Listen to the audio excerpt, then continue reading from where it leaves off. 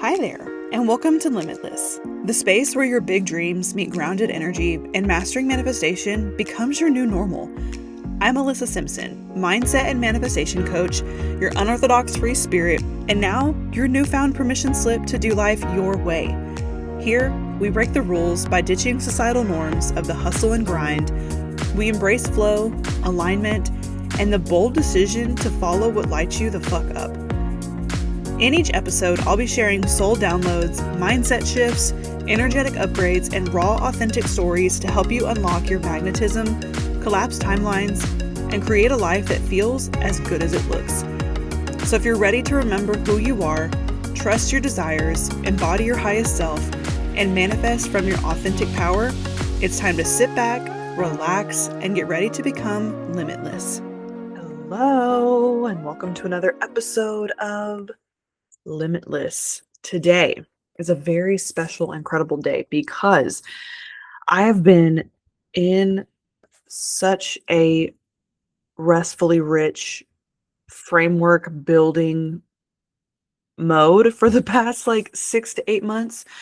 And over the last 24 hours, I have had this sudden download to create something for you.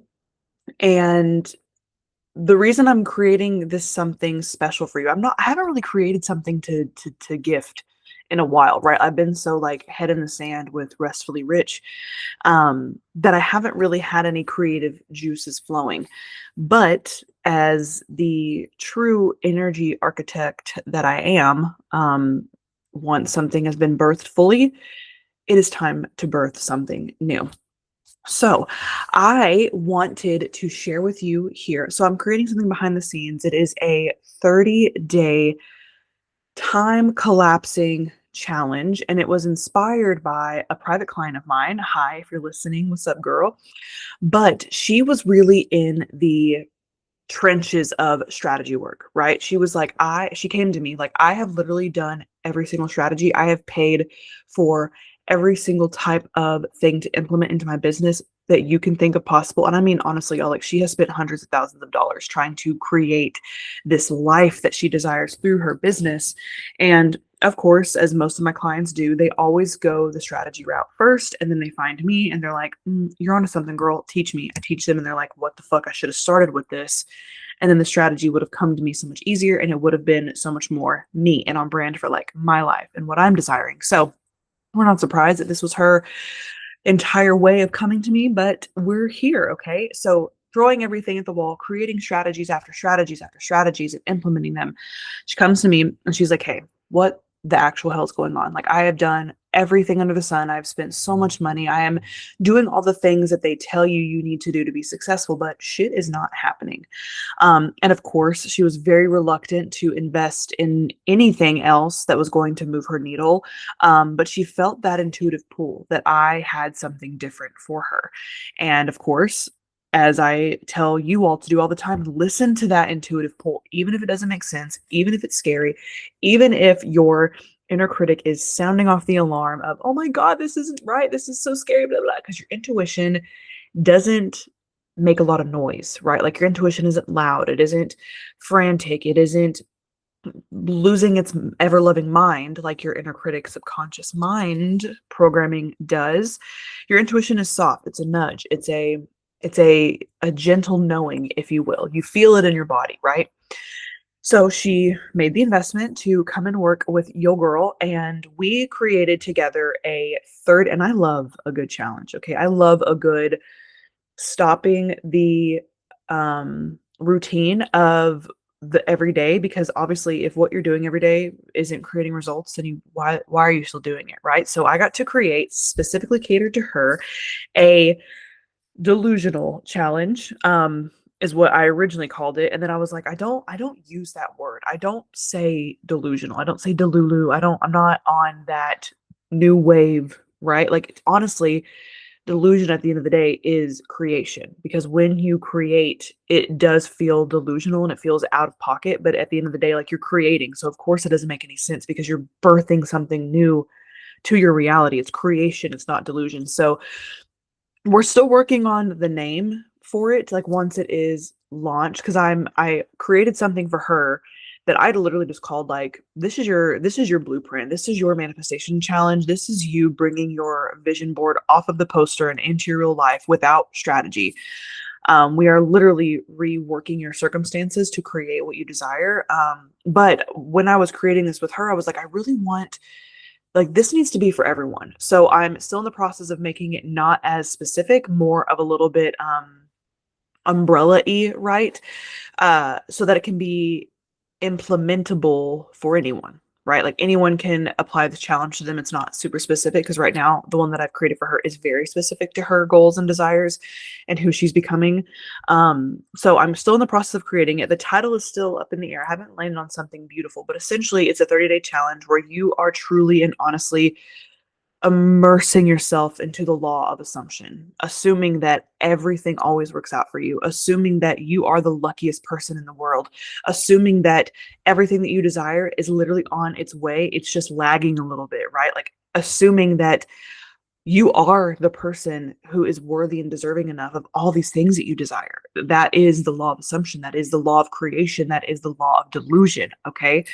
So, I just want to kind of share with you all a little, and over my 7, 8 years of coaching and being an entrepreneur, that isn't including, I can't do math in my head. I'm going to say 20 years ago, whenever I first started learning about the power of the mind and the power of now and energetics and spirituality and how we are truly co-creators of our life and how everything that we have in our reality, we brought to reality, right? Like nothing's random, nothing's coincidence. Like I've been a student of this for 20 plus years now. And so I have created over the years a ways to fall in love with your ordinary life list. And this is something that I revisit because I'm human, it happens to me. Anytime that I'm having oh my God, nothing's working out, I'm tripping, I'm freaking out, like I need signs, I need proof, like what the fuck? Because I'm human, I also get wrapped up in the heavy on the action and strategy or like I've told you before, I get really heavy on the lean back, relaxy, let it all happen for me, right? Both of those, there needs to be a balance of both. 80%, 90%, honestly, of your success comes from your mind. The rest is strategy or action. And how we can start to make those shifts in our mind is the most important key here. So I'm going to go over my list with you all. And I encourage you to grab a pen and paper, write this down. Or if you are driving while you're listening to this, hello, my fellow drive-in podcast listening girlies, because that's me, dude. I don't listen to podcasts like at home. It's always when I'm in the car, always. So I get that. But if you are driving, please at some point of your day, come back to this and write down these ways to fall in love with your ordinary life. If you are not already on my email list, actually scratch everything I just said. I'm going to put this in a PDF that you can download using the show notes below. Just decided this is what we're doing. I already have it fucking written. I just got to copy and paste it and make it something cute. Okay. So never mind. Whenever you're not driving, check out the show notes, download this PDF and keep it with you. Okay. But I'm just going to go over it with you because it's such a beautiful thing. And we need to talk about it. So 20 ways to fall in love with your ordinary life. The first thing is to name your morning coffee ritual. Not just, I get to get up and drink coffee, right? Like you need to call it something beautiful, like my golden hour. This is my silent ceremony. The moment that you name something ordinary, your brain begins to treat it as something that is sacred, okay? Opening your windows the second that you wake up. Letting the first thing that your eyes see be the real sky and not a screen. Morning light actually shifts your brain chemistry before you even have your feet hit the floor. If you have issues with like sleeping and stuff, like the number one thing that you can do, or like your energy is low, the number one thing that you can do is get morning sunlight on your eyes within the first few minutes of waking up. So that is number 2. Number 3 is to plate your meals like you're serving someone that you love. Okay. Because you are you. You love you. A messy plate fills your stomach, but a beautiful one fills your soul. Get really nice, get a really cute plate that's like your special plate that you eat your dinner on, If you are crafty, which I actually did this for my son's first birthday, was I painted a plate specifically for him that he's going to eat cake on for the rest of his life for his birthdays. So if you are crafty and you want to create a really beautiful plate, you can go and get just white ceramic plates at a thrift store for like, I don't know, 25 cents a plate, and you can come home and paint them and have it be like a whole fun thing. But plate your meals like you're serving someone that you love, which is you. Number 4 is keep one real flower on your desk. Okay. I currently do not have a flower on my desk, or I would show you, but normally they are roses because I have rose bushes outside, and I also have hydrangea bushes, but they are springing, so they aren't fully bloomed yet. But I like to just go outside and cut them from my own front and bring them into my office. But I do have live plants everywhere. But flowers are specific because you get to watch it bloom and eventually die, right? That tiny life cycle will teach you more about beauty and the impermanence than any book, okay? Seeing it go through its life cycle is an important thing. So yes, there's the beauty of having like natural things in your space, but flowers specifically allow your brain to see that life is short, right? Like life is short and beauty only lasts for so long, but a no take a an inventory of the beautiful things. Number 5 is light a candle at the same time every evening for the ambiance, right? Not really for like a ritual. Let it signal to your body that the rush is over and that the peace begins now. So at 5 o'clock for me, I have my phone automatically on Do Not Disturb. So if I'm not really aware of the time, my screen goes black and I just see the time on my phone. And that to me, it signals to my brain, okay, we're done for the day. Like today is ending. Like we are slowing down. We're going to have dinner. We're going to get off of the phones, get off of our screens, and really just focus on the here and the now. But it signals that ambiance that it's time to relax now. And a candle gets lit at the same time every day. Every day. 5:05 is like the latest it'll get lit. Number 6 is to go get a coffee or a chai and drink it standing outside. No takeaway, not at home, not in your car, just you slowly slipping, what? Slowly sipping and watching the world move. Sitting outside. Normally, a lot of coffee shops have like a cute little table and chairs you can sit out outside of the door. Just sit there and drink it and watch the world go by.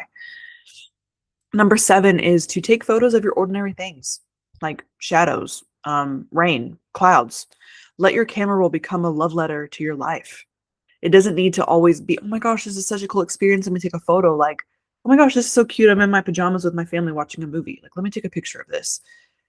Let that start to be your new normal. Number 8, this is my personal favorite, is playing music from your past while you're cooking. Let nostalgia meet creation. That kind of blend is a kind of therapy that literally no one is talking about. And as someone who is raising a young, very capable and able person, I really think that music does influence you. And I have such vivid memories of music in my family. And so much so that there are certain songs that will come on and it brings me to tears because both of my parents aren't here anymore. And so I also want to show him like, hey, this was a piece of like my life and my growing up. And oh my gosh, I can't wait for the day where he's at an age where he can like remember the music and sing along with it. And it's like, oh my gosh, like this song is now tied to me and like creating dinner together. Cause yeah, we turn on music. Music is normally playing throughout my home all day, but it's like specific Eagles radio, Tom Petty radio, Red Hot Chili Peppers radio whenever we are cooking, because that to me is like nostalgia. Number 9 is write one sentence about your day before you go to bed. This isn't a journal. This isn't a time for you to brain dump. It's just one single line. I have a specific journal that is on my nightstand that I use this to write down one-liners. So for example, like I laughed so hard today, right? Or the rain smelled so good. You're collecting proof that your life is worth remembering, okay? Number 10 is to read something that makes you feel seen. Let it land, let it move you, apply it, and don't just consume it. Inside of my membership, if you are already a member, I have an entire document of my favorite books. And maybe inside of there, you find a book that you read and you're like, oh my gosh, like this makes me feel so seen. Because yeah, if you are similar to me, you probably will have great takeaways from the books that I have read and loved and referenced in my membership. So also that is in the show notes. Joining the membership, it's free. What are you doing? Get your booty inside and check out the list that I have there and see if there's anything that you really love too. Number 11 is to walk barefoot in your house for 10 minutes after waking up. You need to feel the texture of the cool floors, of the temperature, of the softness of your rugs or your carpets, and come back into your body. Mornings, and the reason people talk about morning rituals so much, they're like, oh my gosh, you need a morning ritual. La, la, la, la. It can just be very simple things. Like I don't put socks or house shoes or shoes on my feet until after I've had breakfast or until after I've gone outside and enjoyed my beautiful silent ceremony with my coffee, right? There is importance to it because you are actively retraining your brain for its new normal every day when you wake up. So that is why the ritual piece to your morning is important. Number 12 is talk to people like they matter. Use their names. Be warm. Ordinary interactions become extraordinary whenever you bring the presence. Especially now that it honestly like drives me kind of nuts. There is this cute little breakfast restaurant downtown in the city next to us that I go to often. I have never been into this restaurant, but I drive past it so often. And they're one of those restaurants that are only open for breakfast. They close at like 1 p.m., open at 5 a.m. And they always have a line out the door, always. And every time I drive by, not a single person that I see, and it's like 15 to 20 people always outside. It's a very small restaurant. So a lot of the time, whenever you're waiting for a spot, you're outside. There's benches and stuff, but a lot of standing room. But every time I drive by, no one is ever having a conversation with each other. Everyone is always head in their phone. And it's funny because I literally thought this on Saturday whenever I drove past there that morning. And I thought to myself, like, I cannot wait to go and eat there one day because I'm sure it's bomb. They're always busy. There's always a line. But I can't wait to go and be put on a wait so that I can sit outside and have my phone not even near me and like try to actually have conversations with people. I remember growing up, whenever we would go to a restaurant and there would be a wait, my dad would always talk to whoever we were sitting next to, always. Like it was never like a like annoyance thing, but it was truly honestly just like bringing an ordinary interaction, making it something memorable, right? Like you just shoot the shit, you just talk, you just share your humanness with someone. And there's something really beautiful that happens in that. And honestly, like we have kind of lost that. So that is why that is on my list. Number 13 is wear something that feels good, even if no one will see you. Let beauty become something that you experience, not that you perform. Every day, every single day, I get up and I get dressed. I don't stay in my pajamas after breakfast. Like we have breakfast and then getting ready for the day, even if I don't go anywhere, even if I don't record anything, even if it's just going to be me and my son hanging out that day, if it's a day off, whatever. I wear something that makes me feel good every single day, every day. You should too. That's why it's on the list. Number 14 is eat one meal in complete silence this week. No phones, no distractions, just you and your food, actually tasting your own life. Let gratitude pour out of you and into the food that you're eating. Because how normal food is for us is a blessing, right? There's some people who don't have access to food, to a warm meal, to a kitchen where they can cook, to a grocery store where they can get groceries. And here, majority of people they're rushing through their meal, not showing any gratitude for the work that it took to actually get that food to your plate. The farmers, the truckers, the people at the grocery store who make sure that their food stays available, right? Actually taste your life and how much of a blessing that it is. Number 15 is watch the sunset without capturing it. No phones, no sharing, just witnessing and being in the presence of something so beautiful. Yes, we like to take pictures of the beautiful things so we can go back and look on them, but I personally have so many beautiful photos of nature that I don't ever go back and look at. I don't, but they're on my phone. And I think that if I would have just stopped and allowed myself to be in the presence of it more, the more beautiful it would have been. Like knowing for a fact that I'm not going to take a picture of this and have it to go back to and reference is worth me being totally present in the moment, you know? Number 16 is handwriting your grocery list. This slows down your thoughts. It lets even the mundane become something so mindful. handwriting it and taking that list with you, not taking a photo of it and using your phone when you get to the grocery store, keeping that handwritten list with you. Number 17 is rearrange one small corner of your space. Shift the energy through small changes. Your brain loves novelty more than perfection. I'll tell you that.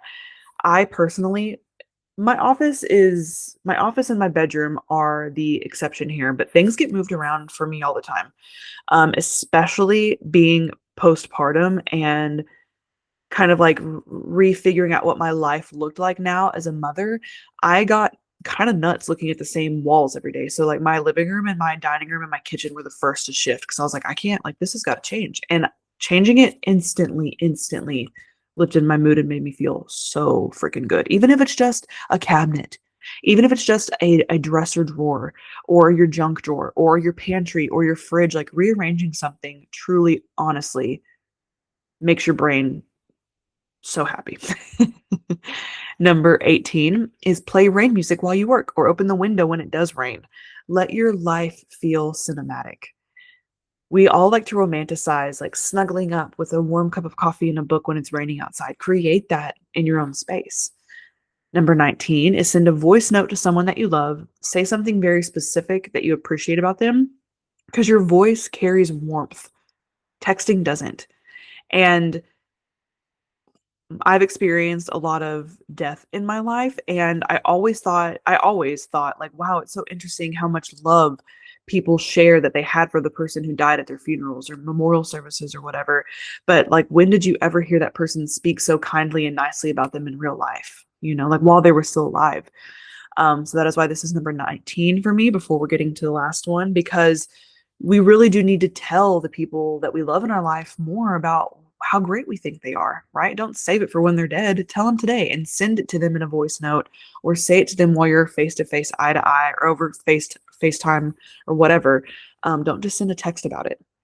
Number 20, before bed every night, whisper to yourself, today was a good day. Even if it wasn't perfect, you're training your brain to find beauty, and it will. How good do you feel just listening to those 20 very simple, actionable things that you can do to upgrade your life? If you do not have a romanticized love about your life, you're doing something wrong. I'm telling you right now. Because when you are 80 years old, you know, you're going to look back at this time and go, God, I wish I would have fucking appreciated it more. And this list of 20 things is going to help you do that. And as you're training your brain and as you are up leveling your everyday life by lighting a candle at the end of the day or naming your morning coffee as like a ritual, as like a ceremony, as something that's just for you, you are creating your brain to start looking for more of that. And that is literally how the law of assumption, the law of attraction, the law of delusion work, because your brain starts to look for proof of these beautiful things. Like, wow, all these 20 things were so great. What else? How can we find a number 21? How can we find a number 22? How can we make this even more beautiful and more magnetic? That's how you do it. And I'm so happy that I get to share all this with you. And now that my private coaching containers are open, just imagine you and I coming together and creating a challenge that's just for you, that's specific for you, that allows you to collapse that timeline from being where I'm throwing everything at the wall, nothing is fucking sticking, to holy shit, I did this in 2 weeks time, 3 weeks time, 4 weeks time, because that is what's possible inside of proximity with me. So check out the application below to apply. There are spots open for you to join, and I will see you next week. Bye. I'm so grateful that you tuned in today. If this episode activated something in you, share it with a bestie who's also ready to become limitless. And don't forget to leave a review to help more people find this space. Wanting more? Get on my email list and subscribe to my YouTube channel for exclusive downloads, mindset shifts, and behind the scenes magic that I only share there. The link is in the show notes. Until next time, keep trusting the pull, honoring your energy, and manifesting your most abundant life.